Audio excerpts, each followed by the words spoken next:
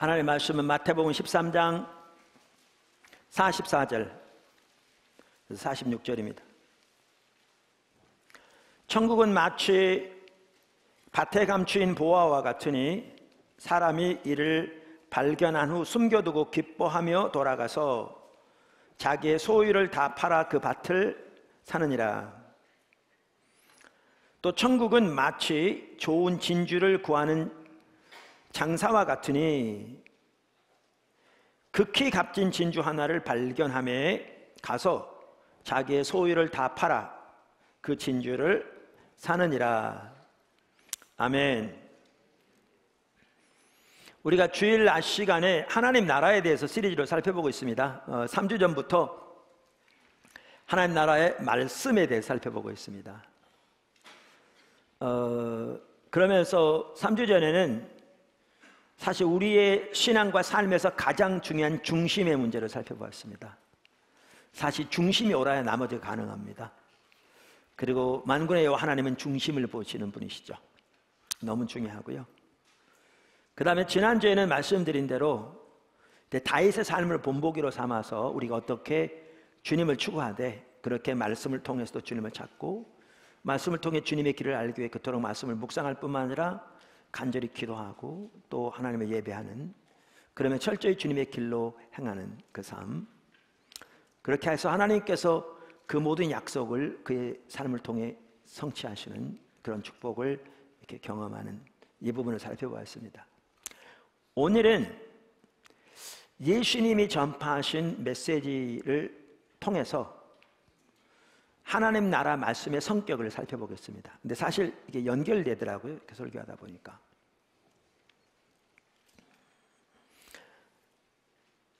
첫째, 예수님이 전하신 하나님 나라의 메시지는 하나님 중심적인 메시지였습니다.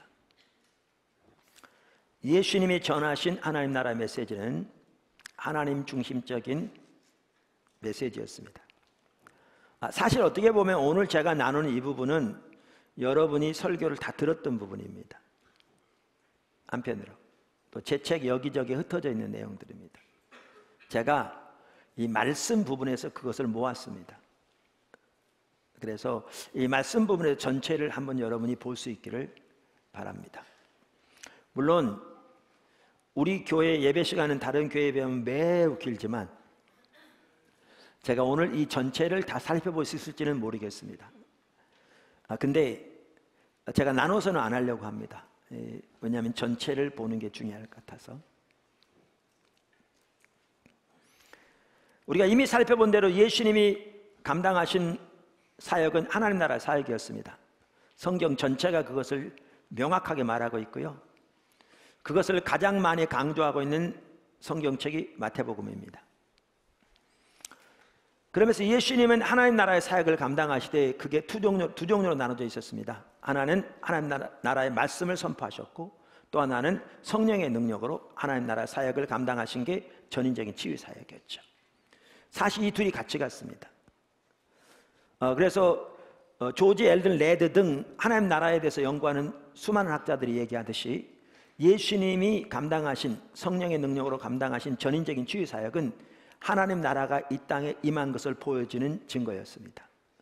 하나님 나라와 밀접한 관계가 있었습니다. 자, 그런데 이것을 마태복음이 가장 잘 보여주고 있는데 마태복음 5장의 7장은 예수님이 선포하신 하나님 나라의 메시지를 그 엑기스를 요약해 놓은 겁니다.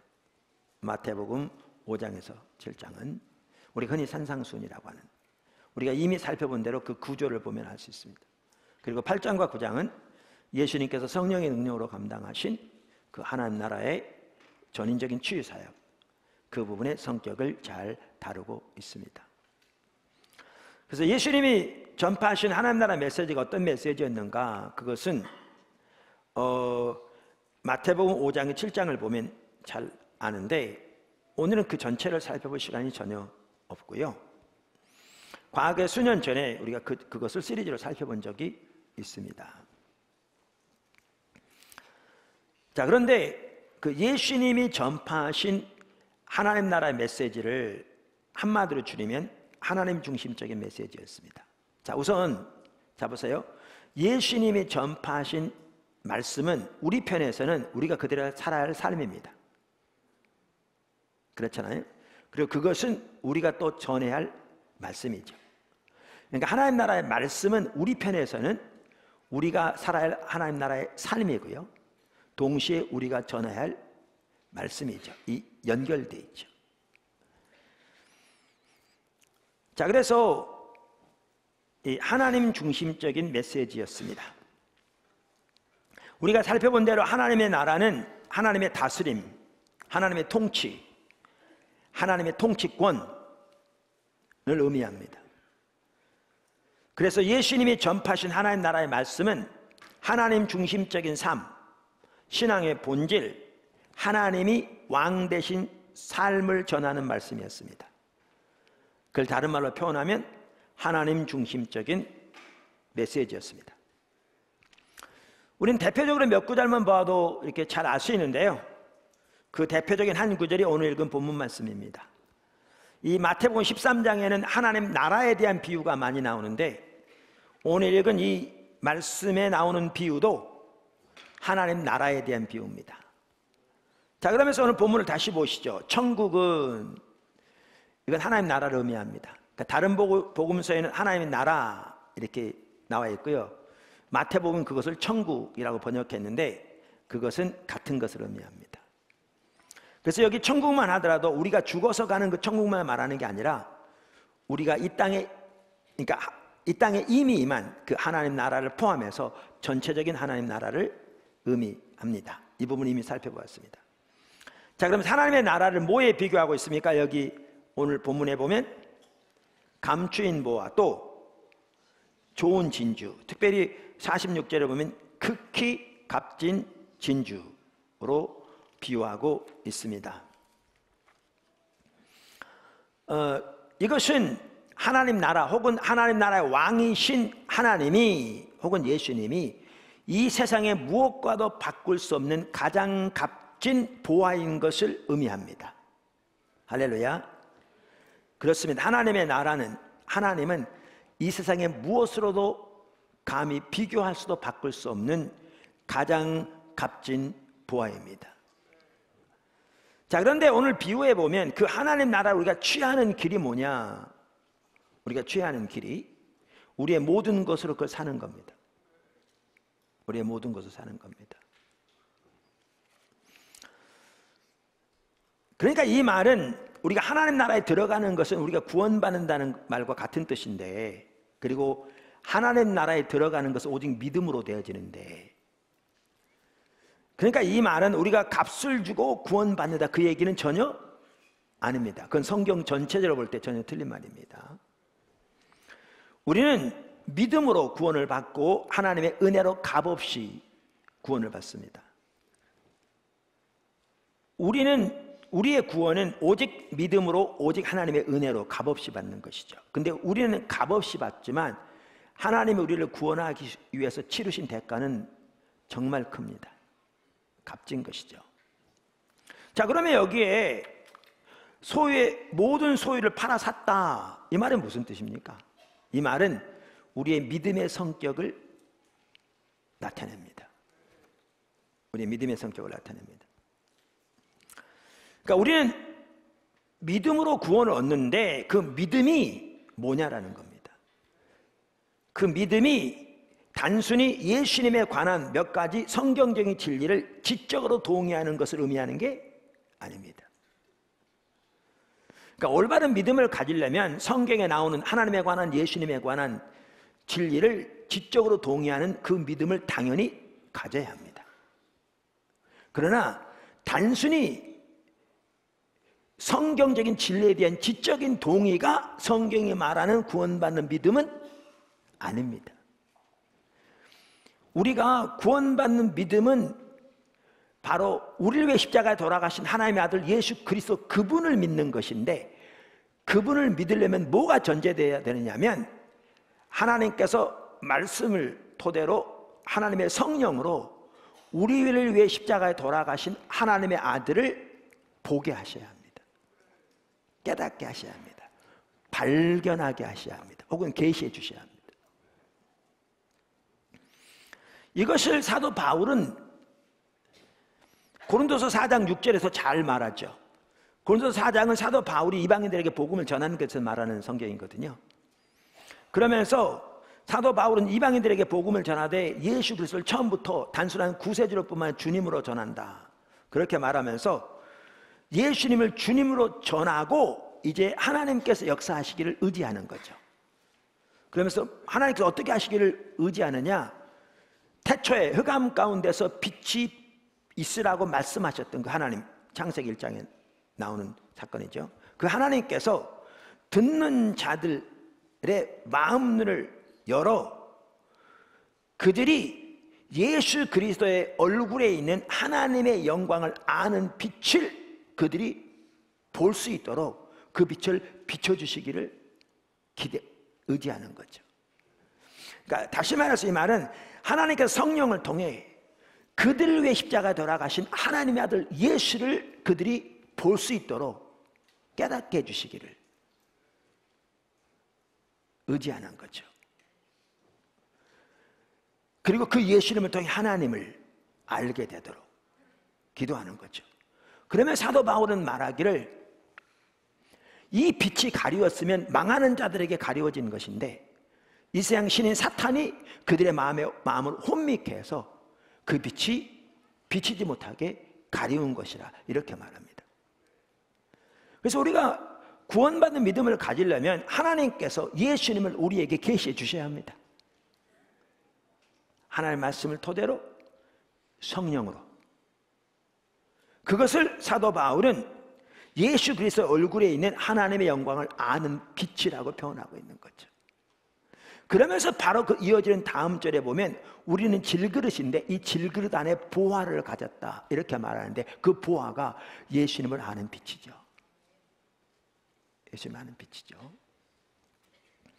그래서 우리가 이렇게 우리를 위해 십자가에 돌아가신, 우리가 하나님의 피조물임에도 하나님을 떠나 자기 생각대로 자기 마음대로 온갖 죄 가운데 살아온 죄인인 것을 깨닫게 되고, 그래서 하나님이 나를 사랑하셔서 나를 내 죄에서 구원하시기 위해 하나님의 아들을 이 땅에 보내셨고, 그분이 나를 위해 십자가에 못 박혀 돌아가시고 부활하신 그 하나님의 아들을 우리가 발견하게 되면 내 죄의 용서와 구원을 위해 그분을 나의 삶 속에 마음 속에 구세주를 뿐만 아니라 온전히 주님으로 모시고 내 삶을 그분의 영광을 위해 온전히 의탁하는 믿음을 가지는 거죠. 이게 구원받는 믿음의 성격이죠. 그래서 그것이 오늘 가장 값진 보화를 발견함에 이 발견한 게 성령으로 되어지는 거죠. 이 보화가 예수 그리스도죠. 하나님을 아는 그 빛, 예수님을 아는 빛, 예수 그리스도 얼굴에 있는 하나님의 영광을 아는 광채, 뭐라고 표현하든지 이 보화를 발견함에 자기의 모든 것으로 그 보화를 사는, 이게 우리가 그분을 우리 삶 속에 단순히 구세주를 뿐만 아니라 주님으로 모시고 우리의 삶 전체를 그분께 의탁하는 구원받는 믿음을 의미하는 거죠. 믿음을 의미하는 거죠. 그래서 여기에 보면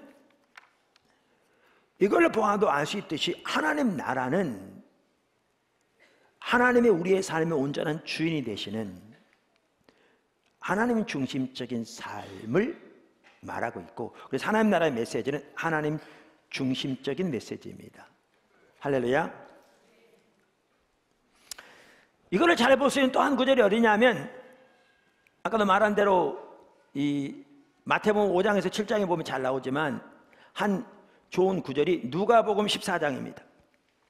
누가복음 14장 25절에 35절. 중요한 구절이라서 여러분 잘 아시지만 한번 자세히 보시죠. 25절. 수많은 무리가 함께 갈새 예수께서 돌이키사 이르시되 무릇 내게 오는 자가 자기의 부모와 처자와 형제와 자매와 더욱이 자기 목숨까지 미워하지 아니하면 능히 내 제자가 되지 못하고. 누구든지 자기 십자가를 지고 나를 따르지 않는 자도 능히 내 제자가 되지 못하리라. 그러면서 이제 비유가 나옵니다. 이제 망대, 건물을 짓다 말면 무슨 의미가 있겠나. 그러니까 처음부터 다 값을 이렇게 계산해보고 짓지 않겠냐. 그런 비유가 나오고, 특별히 전쟁의 비유가 나옵니다. 10,000명 가지고 10,000명을 가지고 20,000명의 적군을 대적하러 가려면 충분히 이긴다는 것을 다 계산해봐야지 않겠냐. 하다가 중간에 안 되겠는데 그렇게 하겠냐. 그럼 다 몰살당하는 거잖아요. 그럴 바에는 미리 확신하는 게 옳지 않겠냐. 이 말은 뭐냐면 주님을 따르려면 대가를 분명히 계산해보고 따르라, 그 얘기입니다. 사실 주님이 우리에게 요구하신 요구사항이요 간단하지 않습니다. 그래서 여기 본 것처럼 우리가 예수님을 따르려면 그 대가를 분명히 계산하고 따라야 합니다. 분명히 계산하고. 자, 그러면서 이렇게 말합니다. 33절, 이와 같이 너희 중에 누구든지 자기의 모든 소유를 버리지 아니하면 능히 내 제자가 되지 못하리라. 소금이 좋은 것이나 소금도 만일 그 맛을 잃으면 무엇으로 짜게 하리요. 땅에도 거름에도 쓸데없어 내 버리느니라. 드릴 게 있는 자는 들을지어다 하시니라. 자, 제가 묻겠습니다. 여기 제자가 나오잖아요. 내 제자가 되지 못하리라, 제자가 되지 못하리라, 제자가 되지 못하리라. 이 제자가 나오는데 이 제자가 누구를 말합니까? 1. 예수 믿는 모든 성도. 2. 목회자와 같이 하나님께 전적으로 이렇게 그 사역을 위해 드려진 소수. 뭘 의미합니까? 여기에 보면 25절에 수많은 무리가 예수님과 함께 갔을 그들에게 말씀하셨거든요. 사실 이 전체 내용을 보아도 알 수 있듯이 여기에 제자는 모든 성도를 분명히 가리킵니다. 저는 다르게 해석할 수 없다고 생각합니다. 가톨릭에서는 사제들을 위한 윤리와 일반 성도를 위한 윤리가 따로 구분되어 있습니다. 근데 우리 소위 개신교에서는 그게 잘못됐다고 봅니다. 왜? 성경에 그게 안 맞습니다. 안 맞습니다. 그리고 우리가 모두가 다 제사장입니다. 만민 제사장. 물론 하나님이 세우신 직책들이 있죠. 질서가 있고. 자, 그런데 그럼 여기에 제자는 모든 성도를 가리킨 게 명확합니다. 동의하십니까? 자, 그러면 제자가 되려면 어떻게 하라고 그랬습니까? 세 가지가 나옵니다. 여기 보면 이 구절에. 제자가 되면 첫째, 자기 부모, 처자, 형제, 자매, 자기 목숨까지 미워하지 않으면 제자가 되지 못한대. 여기 보면요, 가장 가까운 사람들을 의미합니다. 부모, 남편이나 아내, 자식, 형제.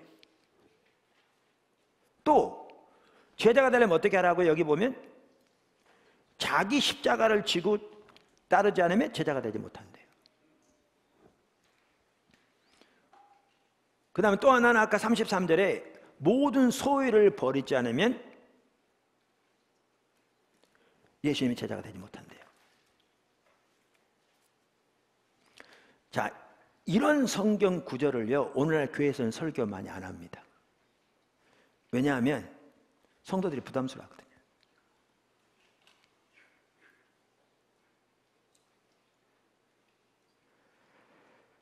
제가 처음 교회 개척할 때 이렇게 주부들을 대상으로 주중에 주변에 아파트 단지, 교회 근처에 아파트 단지가 있어서 주부 영어 성경 공부를 했는데 영어 성경, NIV 성경 가지고 한 장씩 읽어가면서 이렇게 설명하는 시기였습니다. 이렇게 예를 들면 누가복음 14장이면 이렇게 쭉 읽어가면서 이렇게 설명하는 거죠. 이 주부들이 되게 젊은 주부들이어서 방학 때문에 애들을 돌봐야 되니까 이제 그 방학을 했습니다. 우리 성경 공부도. 그러면 이제 그때 방학하기 전에 이제 식사하고 그러는데, 그러면 어떤 분이 그러더라고요.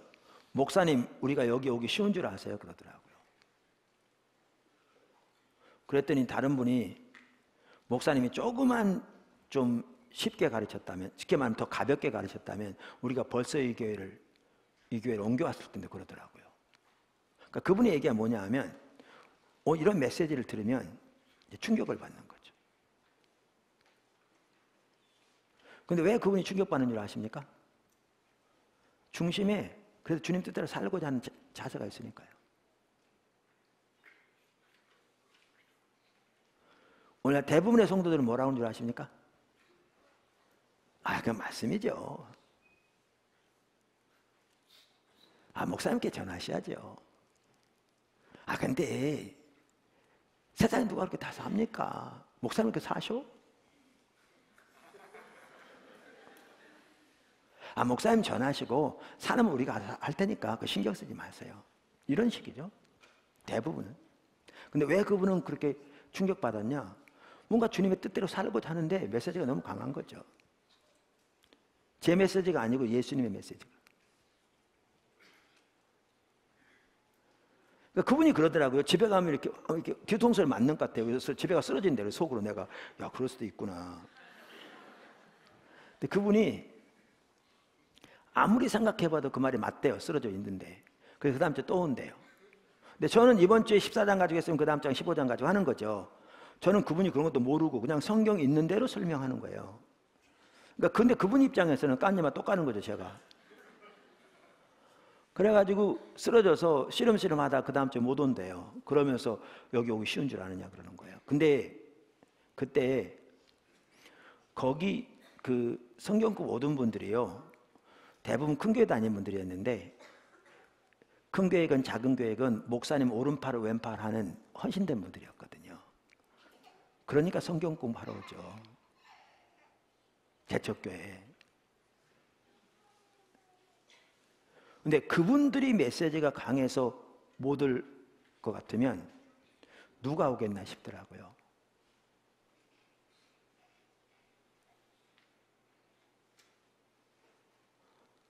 그래서 저는 참 쉽지 않대요. 잠이 깊이 안 오더라고요. 왜냐하면 교회가 될 것 같지가 않아요.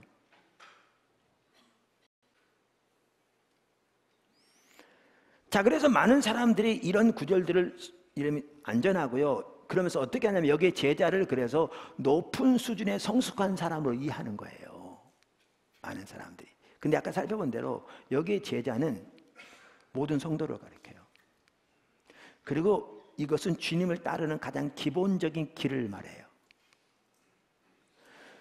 그러니까 제가 며칠 동안 시름시름 하다가 다시 일어났던 이유는 뭐냐 하면 제가 보기로는 성경에는 전혀 다르게 말하고 있지 않더라고요.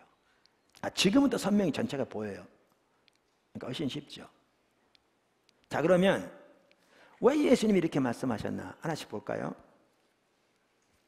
여기 보면 자, 우선 아까 예수님이 뭐라고 그러셨냐면 가장 가까운 가족들을 언급하시면서 그들을 미워하지 않으면 예수님의 제자가 되지 못한다 그랬어요.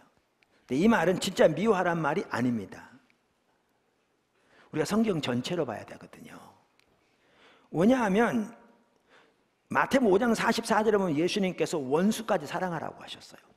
뿐만 아니라 에베소서 5장 25절에 보면 남편에게 아내를 사랑하되 그러니까 그리스도가 교회를 사랑하셔서 자기 자신을 내어주신 같이 사랑하라고 그랬어요. 근데 그렇게 사랑하라고 그랬는데 여기에 보면 예를 들면 남편에게 아내를 미워하는 얘기잖아요. 그러니까 이 말은 미워하란 말이 아닌 거예요. 왜냐하면 그렇게 받아들이면 이게 두 개가 안 맞는 거죠. 성경을 전체적으로 보아야죠. 제가 아는 한 분은요, 그러니까 자기가 젊어서 자기 아내하고 자기 자식 버리고 목회자가 됐어야 됐는데 그건 못 됐다고 평생 동안 후회하는 사람이 있어요. 저는 그 말을 들을 때 무슨 생각을 하냐면 그 사람이 목회자 됐으면 사람 여러 명 죽일 사람이에요. 이 말은 육신적으로 죽이는 게 아니라 영적으로. 왜냐하면 자기 가족도 돌보지 못하는 사람이 누구를 돌보겠어요? 성경은 장로, 오늘날 목회자를 말할 때 가족을 잘 돌보는 기준이 들어있는데, 그러니까 왜 그렇게 하냐면 성경을 자기가 원하는데 한쪽만 딱 취하는 거죠. 이단들이 하는 것처럼. 그러니까 그렇게 이해하는 거죠. 그래서 여기에 말하는 미워하란 말은 문자 그대로 미워하란 말이 아니에요. 우리는 성경 전체를 보고 해석해야 돼요. 뿐만 아니라 어디를 보면 아느냐면 이 동일한 내용이 마태복음에 나와요. 근데 마태복음 10장 37절에서는 예수님이 뭐라고 말씀하셨냐면 이제 가장 가까운 이 사람들을 말하면서 그들보다 나를 더 사랑하라. 다시 말하면 나보다 그들을 더 사랑하면 내게 합당찮다. 이렇게 말한 거예요. 그러니까 이 말은 미워하란 말이 아니라 가장 가까운 가족들보다 예수님을 더 사랑하라 그 말이죠. 다시 말하면 가장 가까운 가족들을 사랑하는 이 사랑과 예수님을 사랑하는 사랑을 비교해 보면 가장 가까운 가족들을 사랑하는 사랑이 미움이 될 만큼 예수님을 우선적으로 사랑하라 그 말이죠. 하나님을 우선적으로 사랑하라. 이걸 다른 말로 표현하면 가장 가까운 가족들도 예수님의 발 앞에 혹은 하나님 발 앞에 내려지라 그 말이죠. 사람들이 이해를 잘 못해서 그런데요, 예수님이 이렇게 말씀하신 배경이 뭐냐면 이따 나올 텐데, 여러분이 아내를 사랑해도 여러분이 주도권을 가지고 여러분의 생각대로 사랑하는 거하고, 여러분의 아내가 예수님의 발 앞에 내려지고 여러분의 인생에 예수님이 진정한 주인이 되어서 그분의 통치 아래서 아내를 사랑하는 것과는 완전히 차원이 다릅니다. 그리고 진정한 가정의 안정은 후자에 있습니다. 전자에 있지 않고. 여러분, 우리나라에 이혼이 엄청나게 많습니다. 그런데 예수 믿는 사람들도 전혀 예외가 아닌데 그 통계에 있어서 안 믿는 사람과 다를 바 없습니다. 왜 그런 줄 아십니까? 여기 안 되기 때문에 그렇습니다. 여기 안 되기 때문에. 자, 그런 배경이 있습니다. 그건 이제 조금 더 설명하기로 하고. 왜냐하면 여러분들이 오해하고 잘못 생각할까 봐 제가 미리 말씀드리는 겁니다. 그 다음에 또 예수님의 제자가 되려면 어떻게 하라고 그랬죠? 여기 보면 자기 십자가를 지고 예수님을 따라야 한다 그랬습니다. 그럼 자기 십자가를 진단 말은 누가복음 9장 23절을 보아도 아시듯이 뭘 의미하냐면 자기를 부인하는 것을 의미합니다. 자기가 죽는 것을 의미합니다. 왜냐하면 그 당시에 어떤 사람이 십자가를 지고 가면 그 사람 죽으러 가는 거였거든요. 그러니까 이것은 자기 자신에 대한 죽음을 의미합니다. 즉 자기 자신이 세운 목표, 목적, 자기 계획, 자기의 주도권 등이 십자가에서 못 박혀지는 것을 말합니다. 다시 말하면 그러한 것들이 예수님의 발 앞에 내려지는 것을 의미합니다. 이것도 미리 말씀드리면 성경에 보면 우리 생각과 하나님의 생각, 우리 길과 하나님의 길은 다른데 하나님의 길이 하늘이 땅에서 높은 것처럼 그렇게 다르다고 말했습니다. 내 생각과 내 계획과 내 주도권을 가지고 살아가는 삶과 하나님이 나를 통치하시고 그분이 다스리시며 그분의 인도를 따라 그분의 목적에 드려지며 그분이 나를 위해 예비하신 그 삶을 사는 것은 하늘이 땅에서 높은 것처럼 높습니다. 이게 최선입니다. 하나님은 전능하신 분이고요, 그분은 전지하셔서 처음부터 끝까지 모든 것을 아시고요, 그분은 독생자를 아끼지 아니하시고 우리를 위해 내어주실 만큼 사랑하시기에 그분의 뜻은 항상 최선입니다. 그러므로 그분의 뜻, 그분의 목적, 그분의 길을 따라 사는 삶이 내 길, 내 생각, 내 주도권 아래 사는 삶보다 하늘이 땅에서 높은 것처럼 높습니다. 그건 미리 말씀드립니다. 자기를 부인하라는 말은 이처럼 그 뜻입니다. 자, 그 다음에 모든 소유를 버리라. 이 말은 문자 그대로 우리 재산 다 갖다 버리라 그 뜻이 아닙니다. 이 말은 우리의 모든 소유의 실질적인 소유권이 하나님께 드려지는 거죠. 예수님께. 사실 성경에 의하면 우리는 피로 갑주가 사신받아서 구원받았다는 것은 우리 것이 아니고 우리는 하나님께 속한 하나님의 것입니다. 그래서 하나님의 영광을 위해 살도록 우리를 구원하셨다. 그래서 우리의 생명, 우리의 시간, 우리의 재능, 우리의 물질이 그래서 하나님의 것이며 하나님이 우리에게 맡겨주신 성스러운 위탁물로서 우리가 선한 청지기로서 하나님의 영광과 복음의 확장을 위해 그걸 가지고 살아야 하는 거죠. 그게 성경입니다. 명확하게. 자, 그러면 왜 예수님께서 이렇게 말씀하셨겠냐 그 말이에요. 왜? 예나 지금이나 우리에게 가장 소중한 것은 자기 자신, 자기 돈, 자기 가족이죠. 그렇죠? 여러분, 안 믿는 사람들이 이걸 위해서 합니다. 자기 가족, 자기 자신, 자기 돈. 이게 그들의 삶의 목표입니다. 여기에 삶을 투자합니다. 이게 그들의 살아가는 이유입니다. 소중하잖아요. 근데 예수님이 혹은 하나님이 우리의 진정한 주인이요 왕이 되시려면, 하나님 나라는 그분이 왕으로 통치하시는 삶인데, 하나님 나라 삶은 예수님이, 하나님이 우리의 진정한 주인이요 왕이 되시려면 우리에게 소중한 것들이라도 하나님의 발 앞에, 예수님 발 앞에 내려져야 합니다. 그래야 그분이 진정한 의미의 왕이 될 수 있습니다. 만약 우리가 하나님을 사랑한다고 말하고 하나님이 우리의 주인이요 왕이라고 고백할지 몰라도 우리에게 소중한 이러한 것들이 하나님의 발 앞에 내려지지 않으면, 그 주권이 실질적으로 그분에게 이양되지 않으면 우리의 주인은 하나님 아닙니다. 우리의 주인은 우리 자신입니다. 그리고 우리는 하나님께 순종하고 하나님을 의지하고, 그래서 하나님께 순종하는 것만으로도 어디까지 무엇을 언제 순종할 모든 것이 뭐에 의해 결정되느냐면 내 자신과 내 가족과 내 돈의 유익에 따라 결정될 겁니다. 그러면 자신의 삶 속의 실제적인 왕은 하나님 전혀 아닙니다. 그럼 자기 자신, 모든 주도권은 자기가 쥐고 있는 거죠. 그래서 예수님은 하나님 나라의 메시지를 전했고 하나님이 왕 되신 삶을 선포하신 오신 분으로서, 이게 사실 구약부터 이게 정확하게 동일한 성격의 메시지입니다. 본으로서, 그래서 예수님은 예수님을 따르려면 이렇게 해야 예수님의 제자가 될 거라고 말씀하신 것은요, 우리 신앙의 가장 기본적인 것을 말하는 겁니다. 예수님을 따르는 가장 기본적인 자세를 말하는 겁니다. 만약 이렇게 되지 않으면 어떻게 되느냐? 바리새인처럼 됩니다. 자, 여러분 잘 아시죠? 바리새인들은 그 당시 그 율법적인 규정들, 특별히 어떤 그 전통적으로 내려오는 의식에 관한 규정들을 613가지 요약해서 철저히 지켰습니다. 안식일 철저히 지켰고요. 그들은 11조는 최소의 11조까지 다 드렸습니다.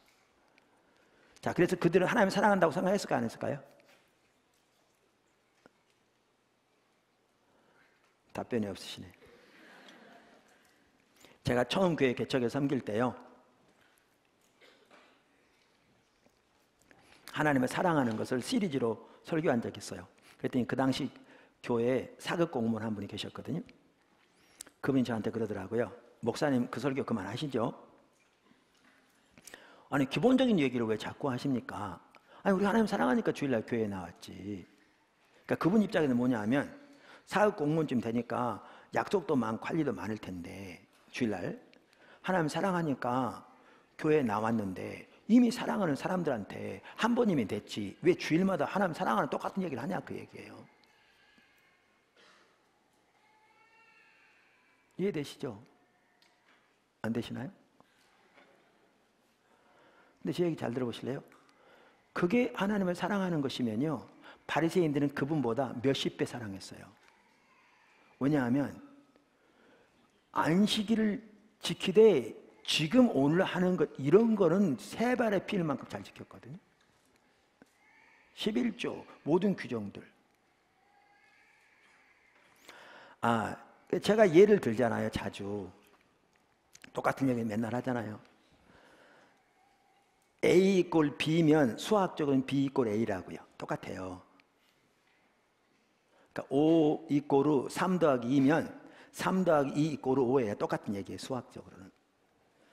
근데 그게 논리적으로는 안 맞아요. A = B면 반드시 B = A는 아니에요. 그래서 제가 예를 자주 드는 게, 제 아내는 여자라고요, 여기 있지만. 근데 여자가 제 아내는 아니에요. 완전히 다른 말이에요. 자, 보세요. 우리가 하나님을 사랑하는 사람은 당연히 주일날 예배 드리죠. 11조 드리고 봉사도 하고. 하나님을 사랑한다고 그러면서 주일날 예배 드리는 것도 자기 편할 대로 원할 대로 마음 내키면 이 땅 올까 말까 하고, 11조도 기본적인 11조도 드리지도 않고 다른 헌금은 말할 것도 없고. 자, 그럼 하나님 사랑하는 게 전혀 아니죠.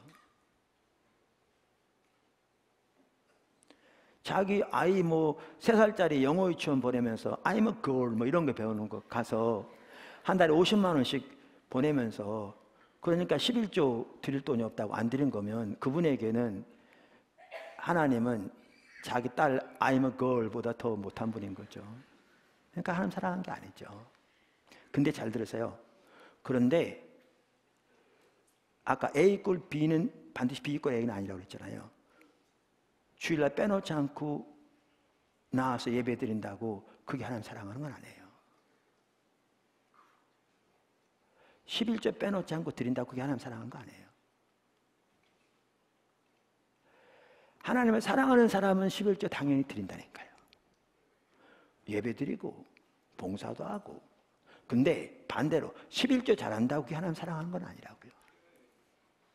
이거를 올바로 이해하지 못하면 신앙의 관점을 전혀 이해하지 못해요. 그러니까 바리새인들은 그걸 누구보다 잘했으니까 본인들 하나님 사랑한다고 생각했겠어요, 안 했겠어요? 서기관들은요, 그 당시에 여기다 박스를 메고 다녔어요. 이렇게 하얀 옷을 주로 입었더라고요. 이렇게 박스가 달렸고요, 이렇게 줄이 묶여 있었어요. 이렇게. 그리고 그 박스 안에 뭐가 들었냐면 쉐마라고 그러죠. 신명기 6장.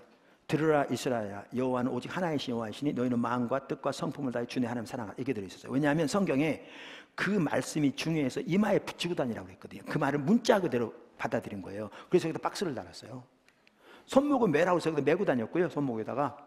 그리고 문설주에 바르라고 해서 집에 다윗의 별이 있으면 거기 반드시 그 구절이 있었어요, 바리새인들은.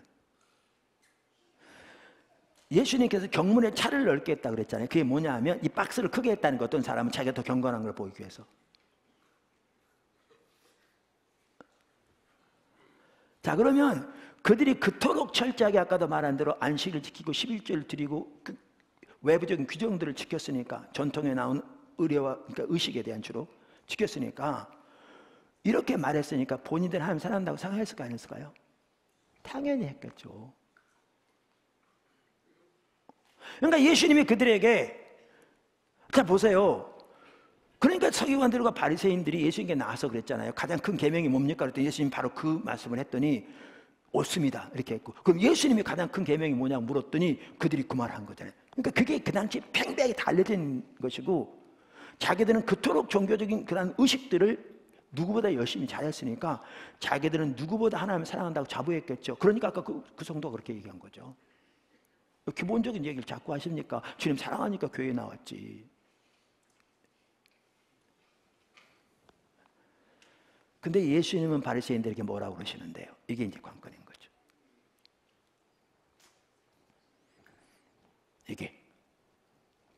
그러니까 이게 안 보여지면 뭐가 문제냐면, 예수님이 그들에게 하나님을 사랑하라, 이게 가장 크고 첫째된 계명이다 그랬으면 그들은 할렐루야 아멘 했을 거라고요. 그리고 그들은 자신들이 누구보다 하나님을 사랑한다고 자부했기 때문에 그게 자기들에겐 전혀 해당되지 않은 말이고 다른 사람에게 해당되는 말이라고 생각했겠죠. 근데 예수님이 뭐라고 그러셨냐고요. 요한복음 5장 42절은요, 요한복음 5장 42절은 예수님께서 종교 지도자들에게 하신 말씀입니다. 유대인들에게, 즉 바리새인들에게 하신 말씀입니다. 이렇게 말씀하셨습니다. 5장 42절에 다만 하나님을 사랑하는 것이 너희 속에 없음을 알았노라. 다른 말로 하면 너희는 전혀 하나님만 안 사랑한다.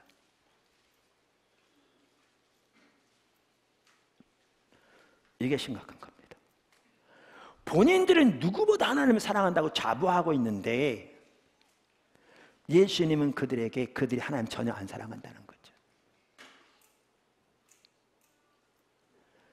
본인들은 하나님을 사랑한다는 말이 무슨 뜻인지도 모르니까 하나님을 안 사랑하는 조차도 모르는 거죠. 나름대로 종교적인 의식 열심히 하고 있으니까 하나님을 사랑한다고 생각하고 있는 거죠. 그러니까 그 집사님이 그런 거였거든요. 그러니까 제가 아무리 설교해도 못 알아듣는 거죠. 왜? 들으려고 하지 않으니까요. 제가 말씀드리잖아요. 배우려고 질문하는 사람은 가르치면 들어요. 근데 자기 주장을 내세우려고 질문하는 사람은 아무리 가르쳐도 안 들어요. 자기 주장만 내세워요. 10번이건 20번이건. 그러니까 배우고자 하는 자세가 없는 사람은 가르칠 수가 없어요. 그래서 중심이 중요해요.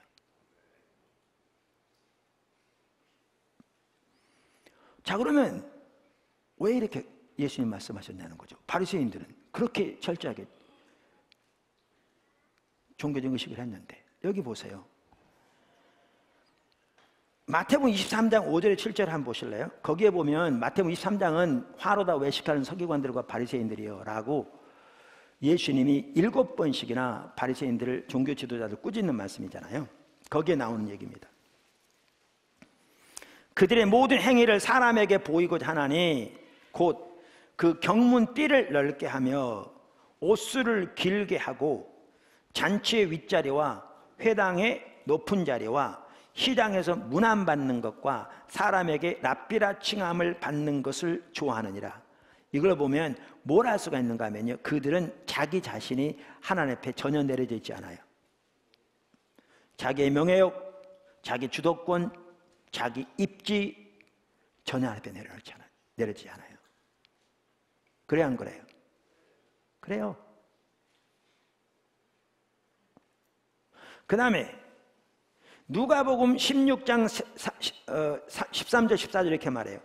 집 하인이 두 주인을 섬길 수 없나니 혹 이를 미워하고 저를 사랑하거나 혹 이를 중히 여기고 저를 경히 여김이니라. 너희는 하나님과 재물을 겸하여 섬길 수 없느니라. 바리새인들은 돈을 좋아하는 자들이라 이 모든 것을 듣고 비웃거늘. 그러니까 이걸 보면 바리새인들은 돈이 내려져 있지 않았어요. 다시 말하면 소유에 대한 진정한 주권이 하나님께 이전되어 있지 않았어요. 그들은 돈을 좋아했어요. 그러니까 보세요.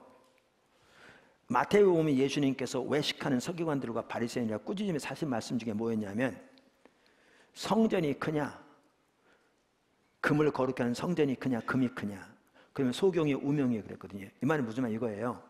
그들은 뭐라고 가르쳤냐면, 사람들이 성전을 맹세하면 괜찮아, 안 지켜야 돼 그랬어요.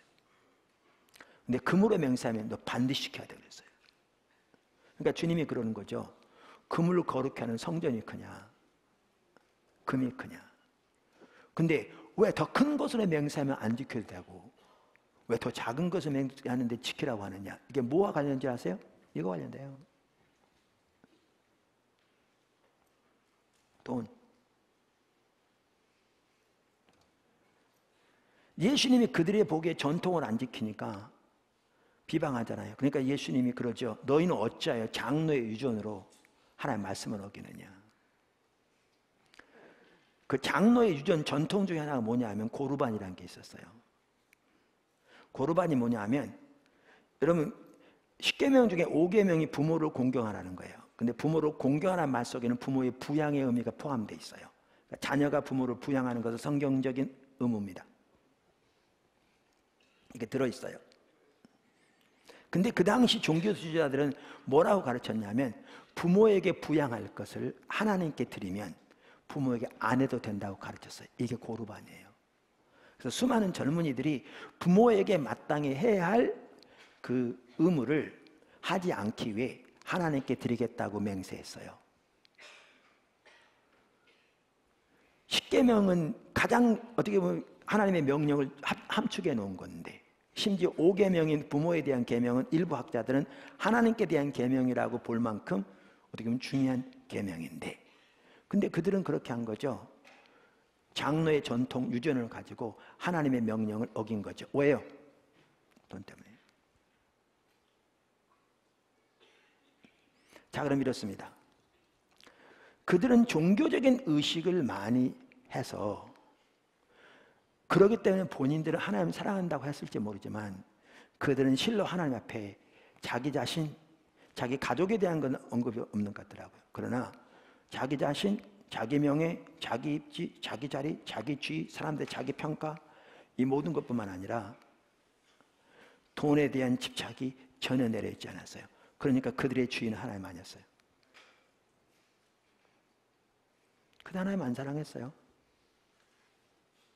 그들이 얼만큼 사랑하고 어떤 명령에 순종하고 언제 순종하고 이 모든 게 뭐가 결정했느냐?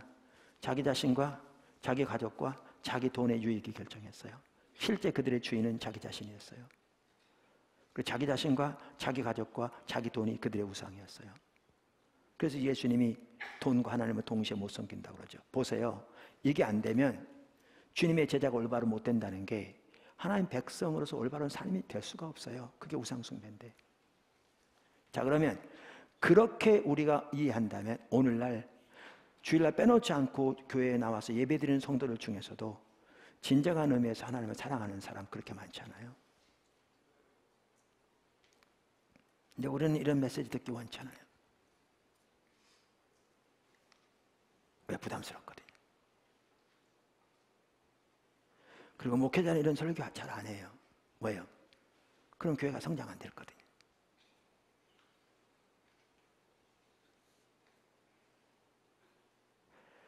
예수님이 전파하신 메시지는 하나님 나라 메시지였습니다. 다시 말하면 하나님의 왕 되신 메시지였습니다.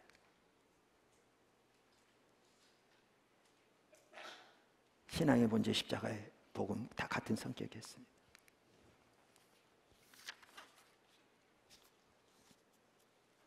두 번째, 하나님 중심적인 삶에 하나님의 생명이 넘칩니다. 사람들이 너무 몰라서 그래요. 아까도 말씀드린 대로 부부 사이의 진정한 사랑도요, 하나님이 진정한 온전한 주인이 될 때 부부에게 그 가정에 진정한 하나님의 은혜와 평강이 함께해요. 자녀 사랑도 마찬가지고요. 이웃 사랑도 마찬가지고요.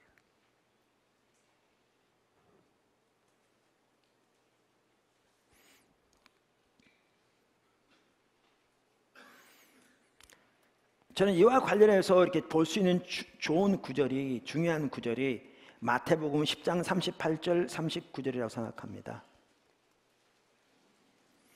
예수님이 그렇게 말씀하셨거든요. 자기 목숨을 얻는 자는 잃을 것이요, 나를 위하여 자기 목숨을 잃는 자는 얻으리라. 우리는 이 구절이 아까 살펴본 누가복음 14장과 연결되어 있는 걸 볼 수 있어요. 다시 말하면 예수님께서 누가복음 14장에서 말씀하신 자기의 소중한 것들까지도 주님의 발 앞에 내려놓는, 그게 자기 목숨을 잃는 거죠. 근데 그런 자는 어떻게 할 거라고요?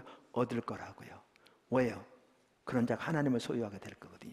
그게 아까 비유로 말하면 하나님의 부활을 발견하고 자기의 모든 것으로 그 부활을 산 그 신앙인 거죠. 그들은 하나님을 소유할 것이거든요. 그렇게 표현한다면.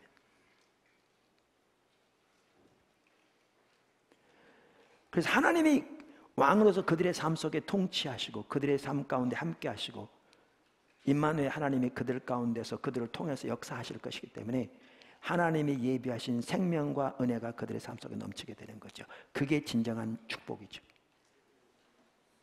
그게 최선의 삶이고 그게 진정으로 복된 삶이죠.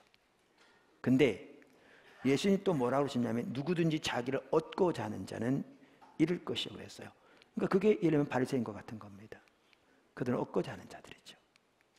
자기 목적, 자기 자신과 자기 가족과 자기 돈의 유익에 따라서 하나님을 선별적으로 택하는, 얻고자 하는 자죠. 그들은 잃을 것이라 이렇게 말했죠. 종교적인 모양은 있을지 모르지만 하나님의 살아있는 생명의 역사가 그들 가운데 함께하지 않았죠. 하나님 나라의 능력이 그들 가운데 역사하지 않았죠.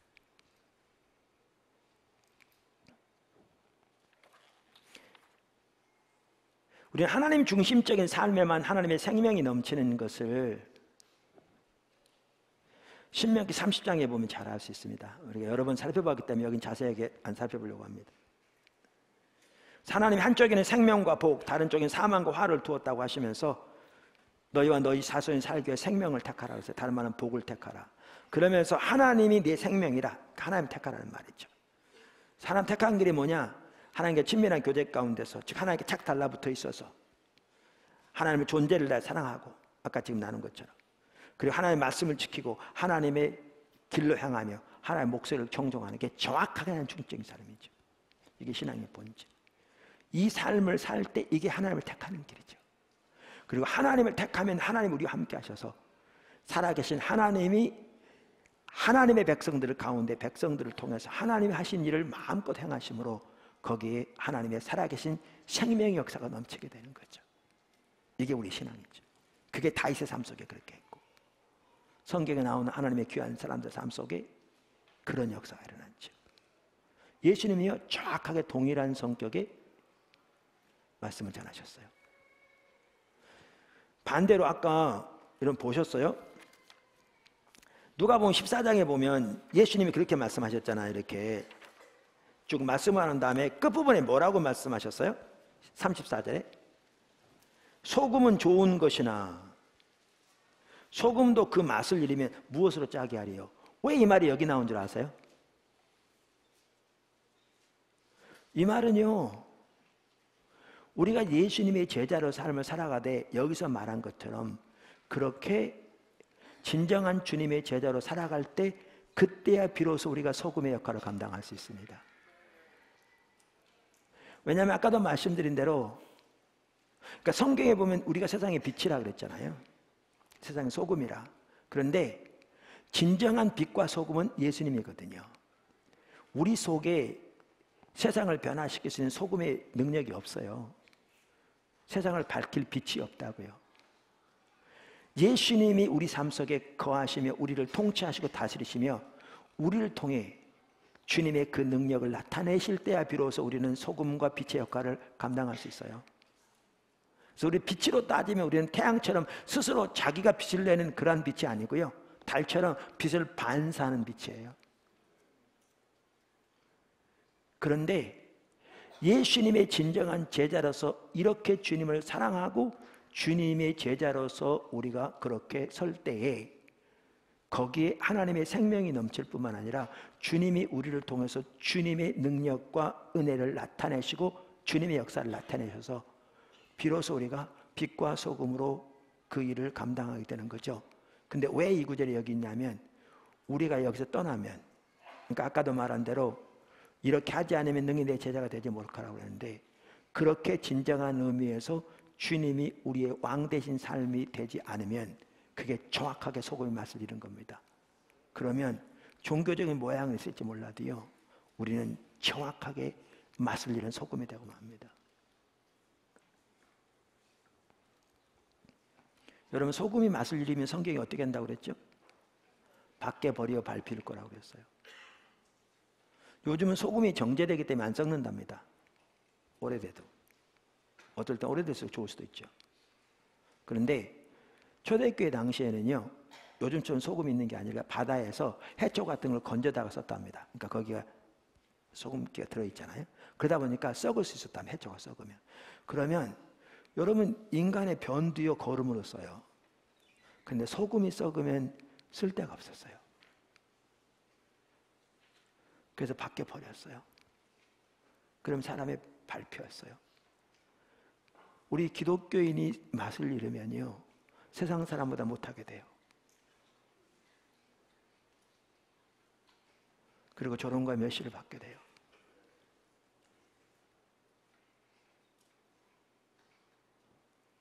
근데 어디서 떠나면?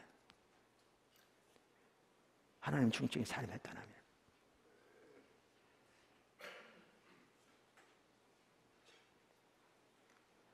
그래서 예수님이 전파하신 메시지는 이처럼 하나님 중심적인 메시지였습니다. 그리고 그 하나님 중심적인 메시지에, 그 삶에 하나님의 생명이 함께합니다. 생명이 넘칩니다. 아멘. 세 번째, 거짓. 이 부분을 살펴보려면 거짓의 문제를 꼭 같이 봐야 되겠더라고요.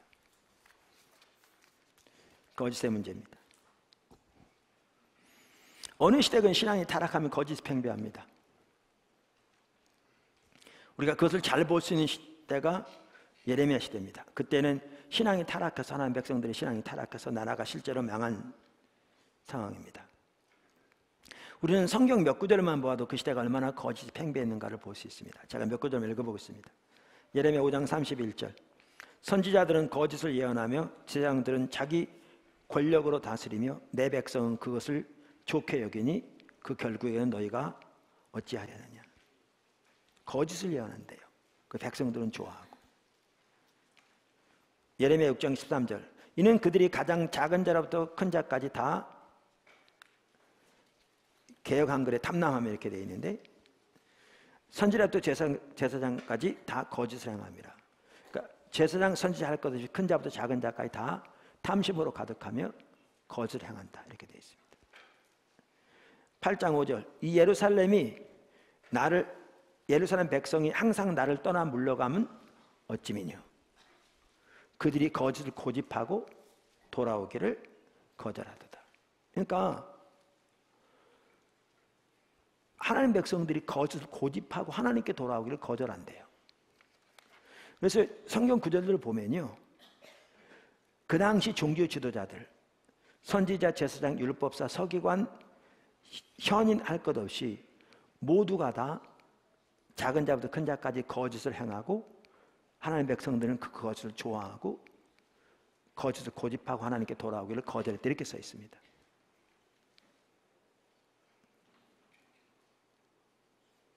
자, 바리새인들이 이 구절을 읽었을 때 어떻게 생각했을까요?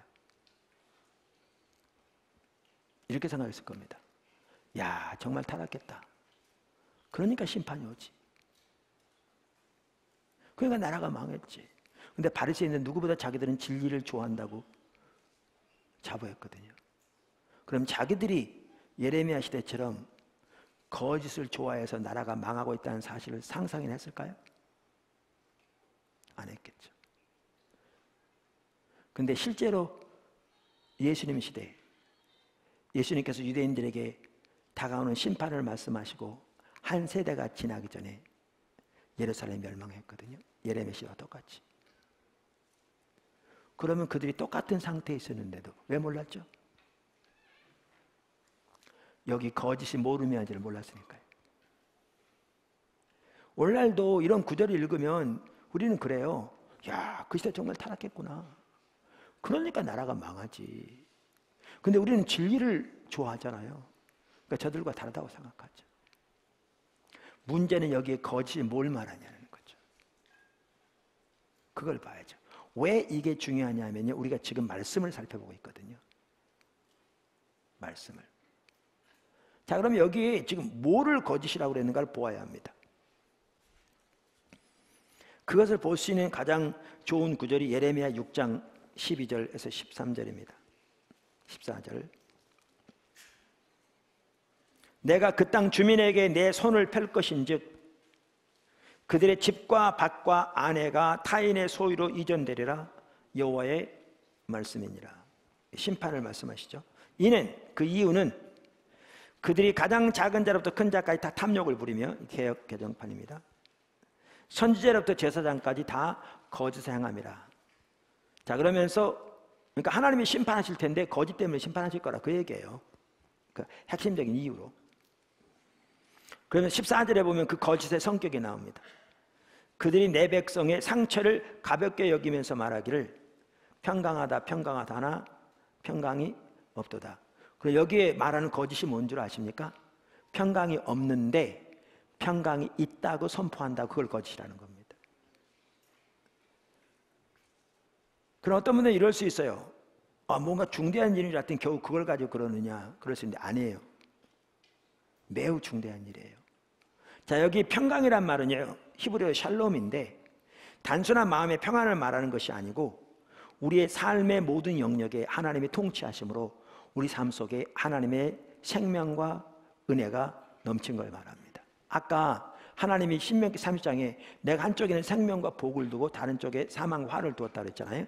이 생명, 복과 같이 가는 게 뭐냐? 그게 평강입니다. 이게. 근데 여기 심각한 게 있습니다. 그게 뭐냐 하면 그 당시 모든 종류의 종교 지도자들이 하나님의 말씀에 기초해서 평강을 외쳤습니다. 다시 말합니다. 그 당시 모든 종류의 종교 지도자들이 하나님의 말씀에 기초해서 평강을 외쳤습니다. 무슨 말이냐? 사무엘하 7장, 역대상 17장에 보면 하나님이 다윗 왕조에게 주신 언약이 나오는데 이 언약은 다윗 왕조의 헌장과도 같을 만큼 중요한 언약입니다. 우리나라를 말하면 대한민국 헌법과 같은 그러한 중요한 언약입니다. 그 언약의 핵심적인 내용이 뭐냐면 하나님이 다윗 왕조를 세우고 그 왕권, 그러니까 나라, 그 가문, 그 보좌를 영원히 견고하게 하시고 그곳에 영원한 평강을 주시겠다는 겁니다. 뿐만 아니라 이 언약과 밀접하게 관련되어 있는 것이 예루살렘 성전인데 그 예루살렘 성전에 하나님이 눈과 귀가 영원히 거기에 머물게 있다는 겁니다. 그리고 거기서 드리는 기도를 들으시겠다는 겁니다. 그게 언약입니다. 제가 몇 구절만 읽어보겠습니다.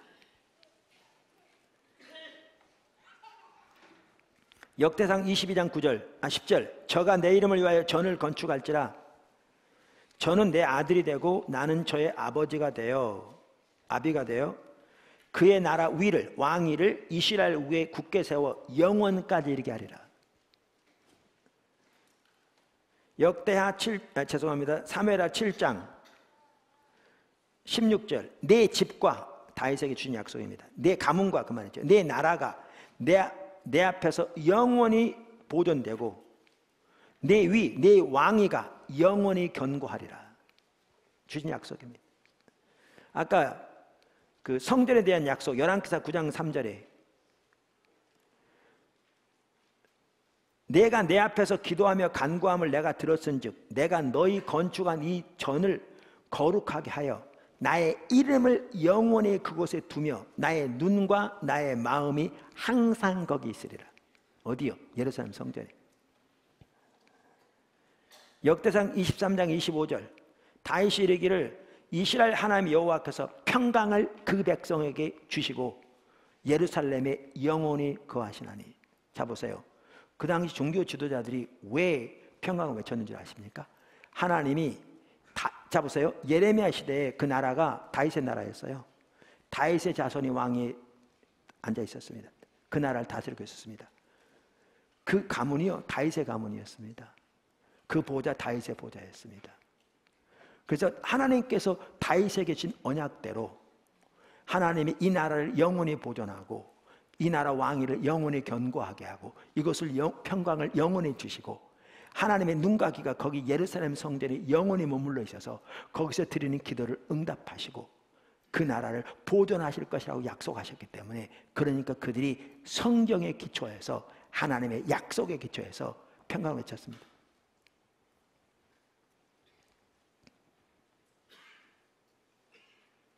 근데 하나님이 예레미야를 보내서 그걸 거짓이라고 그런 겁니다. 여러분이 그 시대에 살았더라면 하나님의 말씀에 기초해서 그냥 언약도 아니고 하나님이 다윗 왕족인 그 중요한 언약에 기초해서 평강을 전하는 그 수많은 종교 지도자들의 말을 들었겠습니까? 아니면 생긴 것도 이상하게 생긴 예레미야라는 놈이 와가지고 그 모든 것을 거짓이라고 말하는 예레미야 말을 들었겠습니까? 그래서 그들 못 알아들었습니다. 그래서 그들 못 돌이켰습니다. 하나님은 아무리 외쳐도.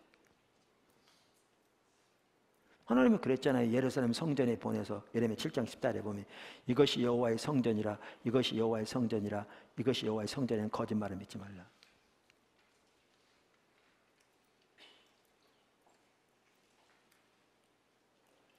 그런 문제는 이게 왜 거짓이었냐는 겁니다. 예레미야의 예언대로 나라가 망하고 보니까 예레미야가 참된 선지자인 게 증명된 거죠. 그래서 예레미야서가 하나님의 말씀으로 받아들여진 거죠.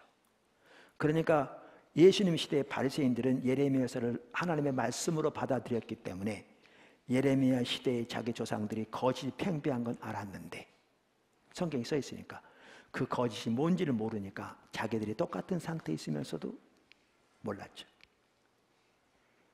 우리가 얼마든지 그럴 수 있습니다. 오늘날도. 그럼 이게 왜 거짓이었는데? 성경이 기초한 건데. 성경에 보면 하나님의 모든 약속은 하나님의 백성들이 하나님을 알고 존재를 사랑하는 신앙의 본질 가운데서 하나님의 길로 향하며 하나님의 목적에 온 사람으로 동참하는 그 삶을 살 때 성취되게 되어 있습니다. 그리고 성경은 거기서 하나님의 백성이 떠난 것을 하나님을 버린 것이라고 표현합니다. 아무리 종교적인 의식이 많을지 몰라도 하나님은 자기 목적을 수단으로 전락하고 하나님의 법과 기도에 대한 관심도 없이 자기 목적과 목표를 위해 세상의 방법대로 자기 타락한 강팍한 마음대로 살아가면서 그저 하나님은 자기 목적 성취해 줄 수단으로 여겨 그거 해달라고 몇 가지 종교적인 의식을 하는 것을 신앙으로 여기는 것을 성경은 철저하게 타락한 하나님을 버린 것이라고 합니다. 그리고 이렇게 하나님을 버리면 하나님의 모든 약속이 거두어지게 되어 있습니다. 그들에게서.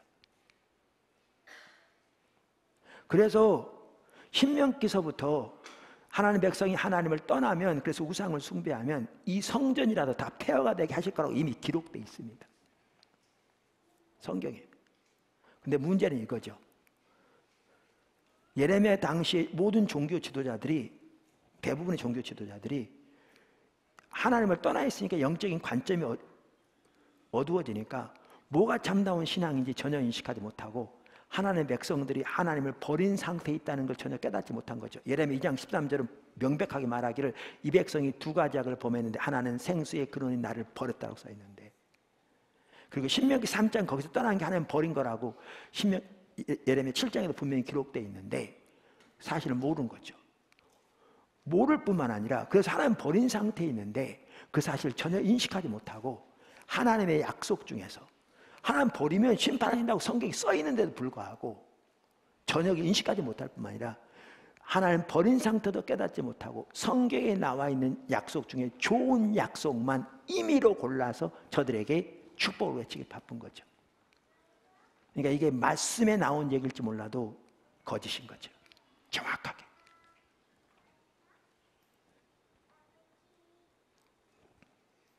그래서 예레미야 23장에 이렇게 말씀하시잖아요. 예수님, 하나님께서 16절 만군의 여호와께서 이같이 말씀하시되 너희에게 예언하는 선지자들의 말을 듣지 말라. 그들은 너희에게 헛된 것을 가르치나니 그들의 말한 묵시는 자기 마음으로 말미암은 것이요 여호와의 입에서 나온 것이 아니니라. 그들이 항상 나를 멸시하는 자에게 이르기를, 여기 멸시한다면 하나님 버린다는 말은 같은 뜻이거든요. 이사야 7장 4절을 보면 그들에게 이르기를 너희가 평안하리라. 다시 말하면 축복이라, 생명이라, 평안이라, 그 뜻인 거죠. 여호와의 말씀이라 하며 또 자기 마음에 강팍한 대로 행하는 모든 사람에게 하나님의 길을 철저히 버리고 자기 길 세상의 길을 따라 살아가는 그들에게 재앙이 너희에게 임하지 아니하리라 하였느니라. 누가 여호와의 회의에 참여하여 하나님께 친밀한 교제지요 그 말을 알아들었으며 누가 귀를 기울여 그 말을 들었느냐. 이 선지자들은 내가 보내지 아니하였어도 다름질하며 내가 그들에게 이르지 아니하였어도 예언하였은즉 그들이 만일 나의 회의에 참여하였더라면 내 백성에게 내 말을 들려서 그들로 악한 길과 악한 행위에서 돌이키게 하였으리라. 왜 거짓이 보이십니까? 이제 하나님 백성이 하나님 버린 상태인데 그걸 무시하고 전혀 깨닫지 못하고 성경에 나오는 좋은 약속들만 임의로 골라서 그들에게 축복을 전하기 바쁜 거죠. 그게 거짓인 거죠. 여러분, 이게 오늘날도 심각합니다.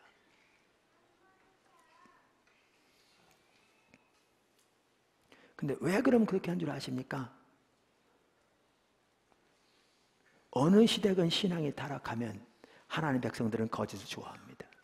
아까 거짓을 좋아한다고 그랬잖아요. 거짓을 고집하고 하나님께 돌아오기를 거부한다고 그랬잖아요. 이 말이 뭔 말인지 아세요? 나 거짓 좋아해 이거 아닙니다. 누가 그렇게 말합니까? 바리새인들 그렇게 안 했잖아요. 이 말은 뭐냐 하면 신앙이 타락하면 하나님의 목적을 위해 삶이 드려지는 게 아니라 자기 목적을 위해 살며, 하나님은 자기 목적을 위해 수단으로 전락합니다. 그러니까 하나님의 길에 대해서는 관심도 없습니다.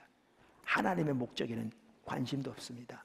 그러니까 자기 목적 성취에만 관심이 있습니다. 그리고 다른 모든 것은 자기 목적 성취를 위한 수단에 불과합니다.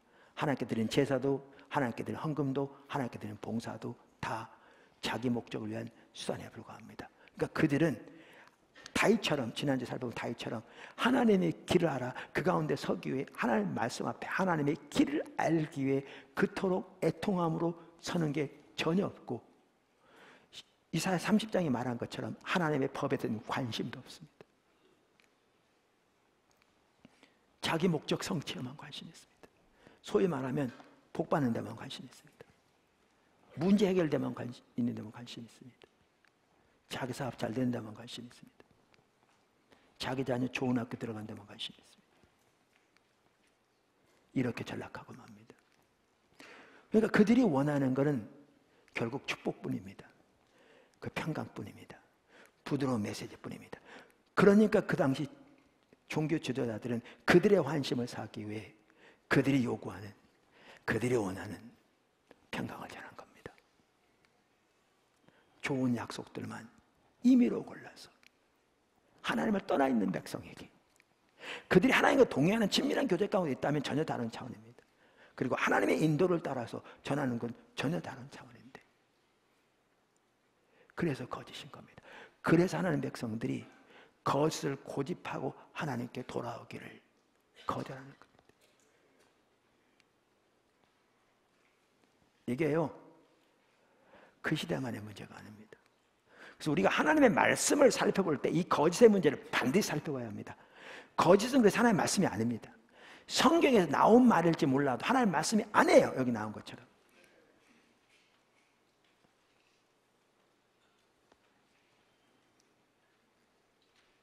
나온 것처럼. 네 번째, 거짓 효력이 없습니다. 이게 심각한 겁니다. 아까 하나님 중심적인 삶에 하나님의 생명이 넘친다고 그랬잖아요. 반대로 거짓은 효력이 없습니다. 예레미야 7장 8절, 너희가 무익한 거짓말을 의뢰하는도다. 예레미야 23장 32절, 나 여호와가 말하노라, 보라 거짓 몽사를 예언하여 이르며 거짓과 헛된 자만으로 내 백성을 미혹하게 하는 자를 내가 치리라. 이게 무슨 말인지 아십니까? 그 당시에 예루살렘 성전에서 많은 제사를 드렸습니다. 그랬더니 선지자 제사장들이 뭐라고 했는지 아십니까? 여러분이 오늘 안식일에 이 하나님이 자기 이름, 자기 눈과 귀를 영원히 두시겠다고 맹세하시고 하나님께서 우리의 기도를 들으시겠다고 하신 이 예루살렘 성전에 와서 여러분이 오늘도 성대한 예배를 드렸으니 하나님이 이 나라를 지키실 것이고 이 나라를 보호하실 것이고 저 열방의 강국들로부터 이 나라를 지키실 것입니다. 하나님이 다윗의 왕조를 보호하시고 하나님께서 평강을 영원히 두실 것입니다. 이렇게 외친 걸 거짓이라는 거예요. 이렇게 외친 걸 뭐라고 말하냐면, 여기 보시면 이걸 통해 듣는 하나님의 백성들을 헛된 자만으로 미혹했다고 말해요. 왜? 이 거짓이 그 나라를 구원하지 못했거든요. 이게 다가오는 하나님의 심판을 막지 못했어요.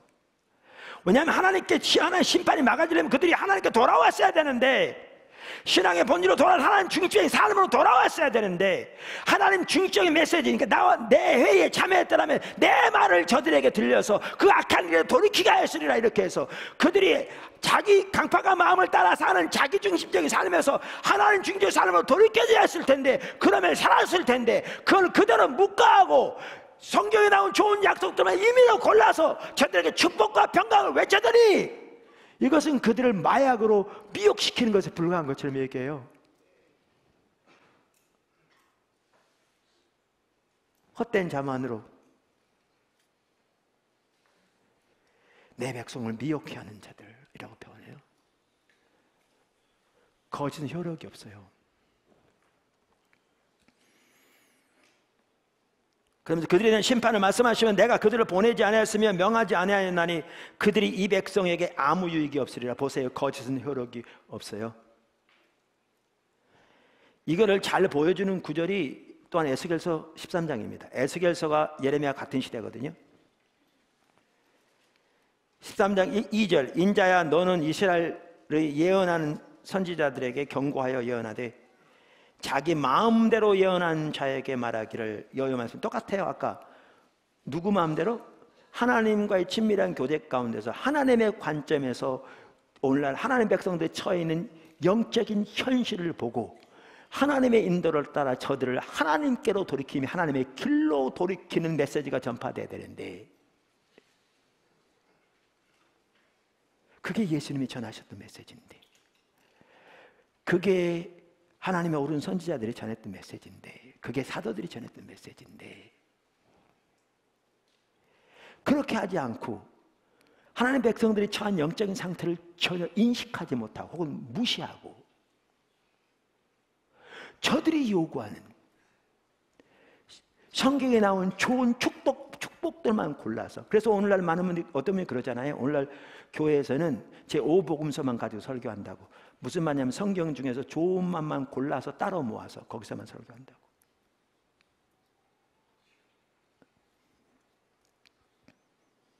그래야 교회가 성장하니까요.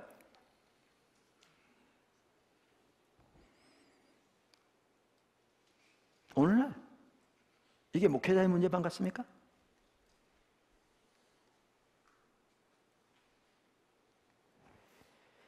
그러니까 임의대로 하는 거죠.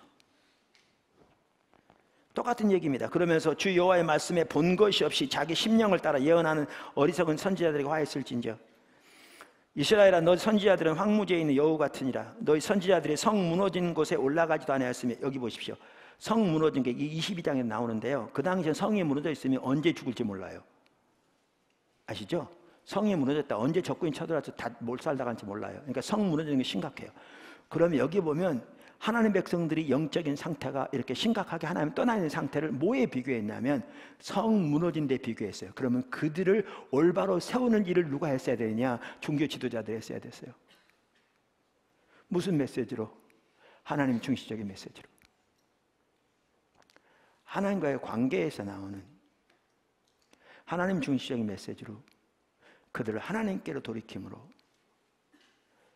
무너진 성벽이 세워지도록 했어야 했어요. 그게 하나님이 보내신 하나님의 사람들의 임무였어요. 근데 무너진 데 올라가지도 않고 무너진 것에 관심도 안 가졌어요. 올라가지도 아니하였으며 이스라엘 족속을 위하여 여호와의 날에 전쟁에서 견디려 하려고 성벽을 수축하지도 아니하였느니라. 그러면서 여호와께서 말씀하셨다고 하는 자들이 허탄한 것과 거짓된 점괘를 보며 허탄한 것, 거짓된 점괘 그러니까 좀 그렇죠. 좀 있어 보세요. 무슨 말인가? 사람들에게 그 말이 확실히 이루어지기를 바라게 하거니와 그 말이 이루어지기를 바라게 하거니와 그들은 내가 여호와가 보낸 자가 아니라 너희가 말하기를 여호와의 말씀이라 하여도 내가 말한 것이 아닌즉 어찌 허탄한 묵시를 보며 거짓된 점괘를 말한 것이 아니냐. 그러므로 여호와께서 같이 말씀하셨느니라. 너희가 허탄한 것을 말하며 거짓된 것을 보았은즉 내가 너희를 치리라.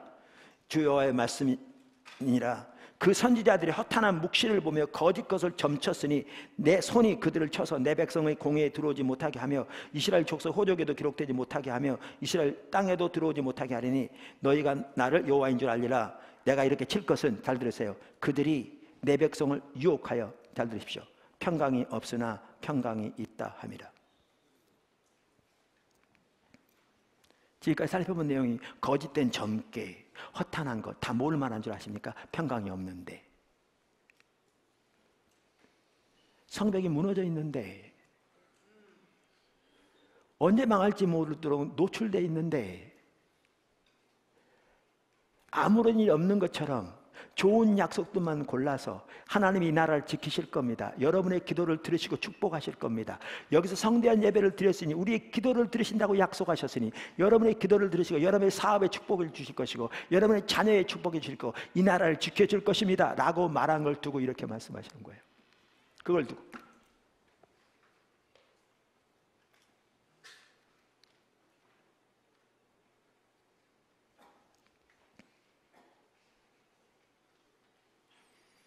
어떤 분은 그런 사람도 있어요. 목사님 메시지가 너무 강하네요. 세상에서 우리가 얼마나 힘든데. 그런데요, 너무너무 어리석은 거예요. 거짓은 효력이 없어요. 뭘 원하시는데요? 하나님을 떠나 있는데 그저 아무 일이 없는 것처럼, 그래서 그 상처를 대수롭지 않게 여겼다고 그랬잖아요. 지금 말기암 환자가 죽어가는데 아무 일도 없는 것처럼 반창고 발라주면서 괜찮아 하기를 원하십니까?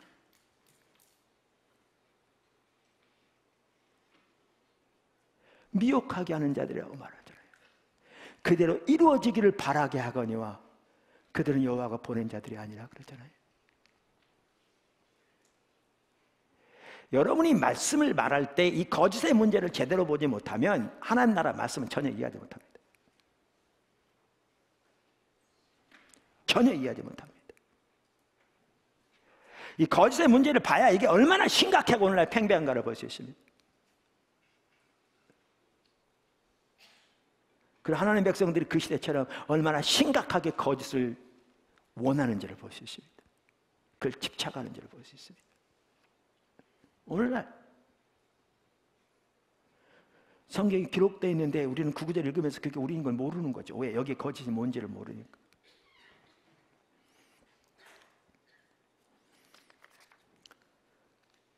제가 오늘 6번째까지 살펴보려고 했는데 지금 4번째 살펴봤습니다. 5번째, 6번째는 간단히 언급하겠습니다. 얼마 전에 살펴봤어요. 5번째, 다하트. 이렇게 철저하게 하나님의 말씀을 전하되 예수님은 그것이 단순한 이론적인 지식이 아니었습니다. 그것은 하나님의 실제적인 길을 제시했습니다.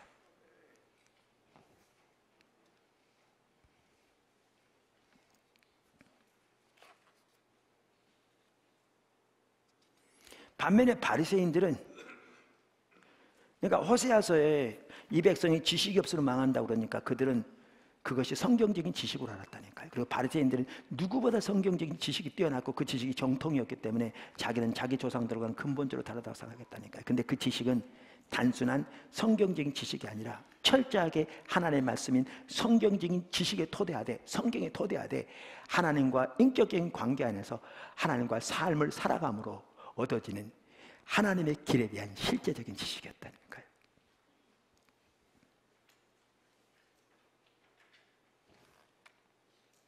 근데 바리새인은 그게 없었어요.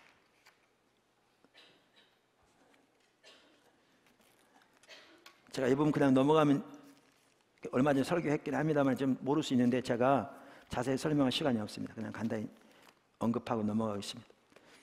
여기 한번 보실래요? 요한복음 5장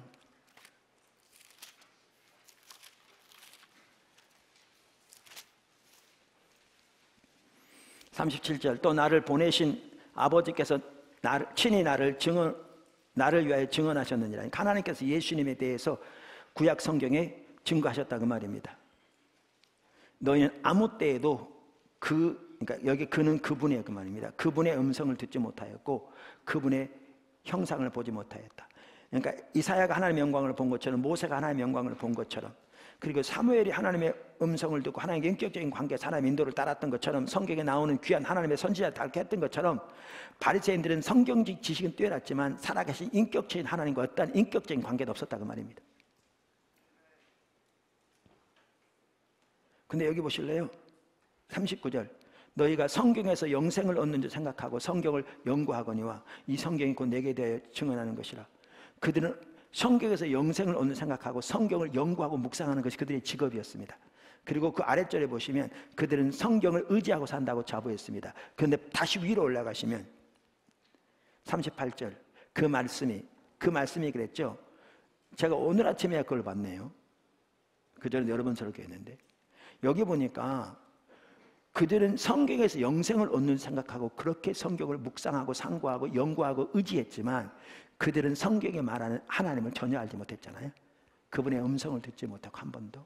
그러니까 인격적인 관계가 없었다 그 말이에요. 그리고 그분의 영광을 보지 못했다 그랬는데 여기 보면 그 말씀이 그랬잖아요. 그 말씀이 제가 우리말에 이렇게 번역돼서 그랬었는데 원어를 보니까 그분의 말씀이 그 말이에요. 성경은 박사인데 글 속에 그분의 말씀이 없어요.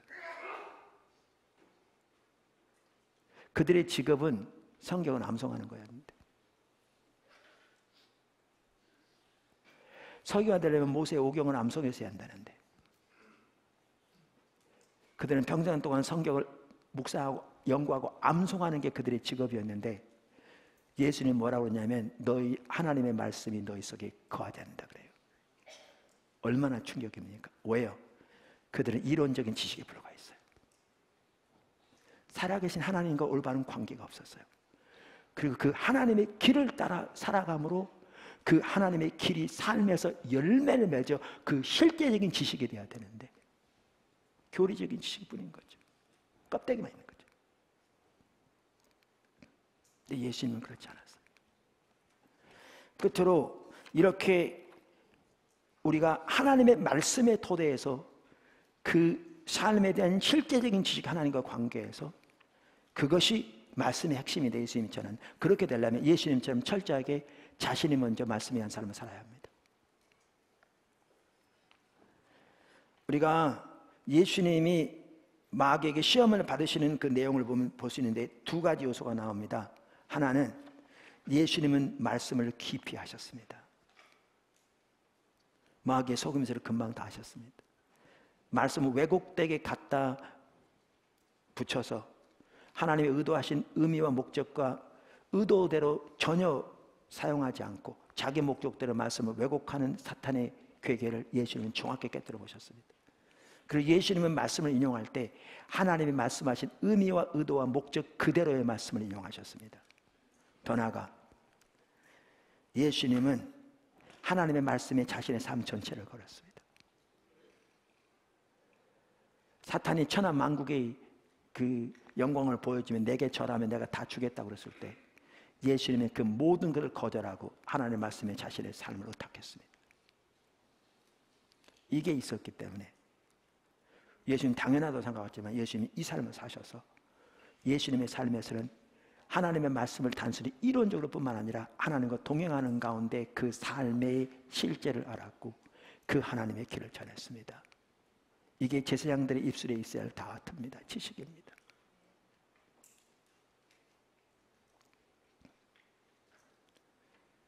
자, 하나님 나라의 메시지. 제가 왜 이 부분을 살펴봤냐면 포도나무교회 성도들 또 포도나무 특별히 방문한 성도들만 하더라도 오늘날 말씀에 대해서 정말 이렇게 왜곡돼 있어요. 일부는. 그래서 정말 그 타락한 시대처럼 하나님의 법, 하나님에 대한 길에 대한 관심도 없이 그저 자기 목적을 위해 하나님의 수단에 불과한 가운데 그저 자기 목적 성취를 위해 그 축복의 메시지만을 기대하고 원하는 예배만 하더라도 그러니까 편히 앉아서 그저 자기 마음 이 감동이 훈훈한 감동이나 주는 메시지만 찾고 있는 거죠. 하나님의 길에 대한 관심조차 없는 거죠. 지난주 살펴본 다윗은 전혀 그렇지 않았는데 하나님의 길을 알기 위해 그토록 하나님의 길에 서서 그 단순히 성경적인 지식만 있다고 되는 게 아니고 하나님과 관계에서 하나님께서 그 하나님의 길을 깨닫게 해주셔야 되기 위해. 예를 들면요, 제가 지금 그 로마서 8장을 보면 나중에 이제 설교할 겁니다. 신약 시대에 예수 믿는 사람들의 삶은 정확하게 성령의 한 삶입니다. 명백하게 나와 있습니다. 로마서 8장에. 사실 서신서 핵심은 로마서라고 로마서의 꽃은 8장이라고 그러잖아요. 거기에 보면 우리 신앙은 철저하게 성령의 한 삶입니다. 신약시대 사람은 명확합니다. 다른 구절도 명백한데 재론의지가 없도록 나옵니다. 그러면서 거기 뭐라면 성령을 따라 사는 삶이라고, 성령의 인도를 따라 사는 사람이라고, 성령에 의한 사람. 이게 갈라디아서 5장과도 연결됩니다. 근데 자 보십시오. 성령에 의한 사람은 어떻게 사느냐? 철저하게 말씀에 토대하죠. 그래서 제가 더 그걸 자세히 알기 위해서 이런 주석도 찾아보고 저런 주석도 찾아보고 이런 원어도 보고 저런 설명도 보고 봅니다. 그러면 전반적으로 볼 때 두 가지가 들어있습니다. 하나는 성령의 인도를 따라 살려면 성령과 교제 가운데 그분의 인도를 따라 살아야 합니다. 이게 명확합니다. 재론이 없습니다. 재론할 수 없습니다. 반박할 수 없습니다. 이건 성경적으로 명확합니다. 근데 또 하나가 있습니다. 성령의 능력으로 사는 삶입니다. 이 성령의 능력 말할 때 표적과 기사를 지금 제가 말하는 게 아니고요. 우리의 죄를 이기고 육신을 이기는 그 능력을 지금 언급합니다. 표적과 기사의 능력도 있습니다. 지금 제가 지금 말하는 거는. 왜냐하면 에베소 3장에도 뭐라고 그랬냐면 에베소 3장에도 사도 바울이 기도할 때 하나님께서 그 영광의 풍성하심을 따라 하나님의 능력으로 우리를 충만케 해달라, 성령으로. 그러면서 우리의 속사람이 강건케 돼서 우리가 믿음으로 예수가 우리 안에 내주하신 삶을 살게 해달라 기도합니다. 여기도 뭐가 필요한? 성령의 능력이 필요합니다. 그래서 아까도 말한 대로 성령이 한 삶에 이 두 가지가 있는 것을 학자들이 다 동의하더라고요. 다가 아니라도 대부분 많은 분들이 이 부분을 언급하고 있더라고요. 제가 보니까. 자, 그러면 이겁니다. 어떻게 그 능력을 힘입냐는 거죠. 이게 다릅니다. 제가 지금까지 설명한 것은 성경적인 지식이고요. 이 성경적인 지식의 토대에 살아가되 이제 그 성령께 어떻게 민감해서 그분의 인도를 따라 삶을 살고 어떻게 그 능력을 경험해서 살아갈 것인가는 실제로 주님의 도움을 절박하게 구하는 가운데 하나님의 말씀의 토대에서 그 길을 발견하고 주님과 동행하는 삶을 살아감으로 그 실제를 배우는 것이 다 두고 이 지식을 가진 사람만이 다른 사람을 그리 인도할 수 있습니다. 예수님이 그 삶을 사셨습니다.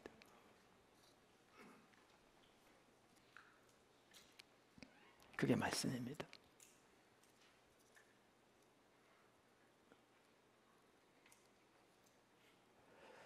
그래서 예수님이 전하신 말씀은 우리 편에서는 살아야 할 삶입니다. 하나님의 길을 제시하는 거니까.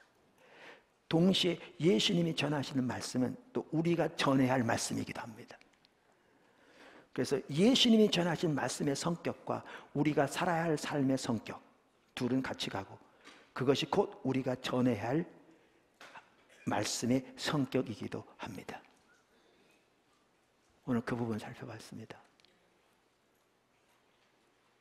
성경이 말하는 우리 신앙은 철저하게 하나님 중적인 삶이고요. 그 삶을 살 때 하나님의 생명이 넘치고요. 그래서 예수님이 전하신 메시지는 하나님 중적인 메시지였고요. 우리가 전해야 할 메시지도 하나님 중심적인 메시지입니다. 지난 3주 다 연결됩니다.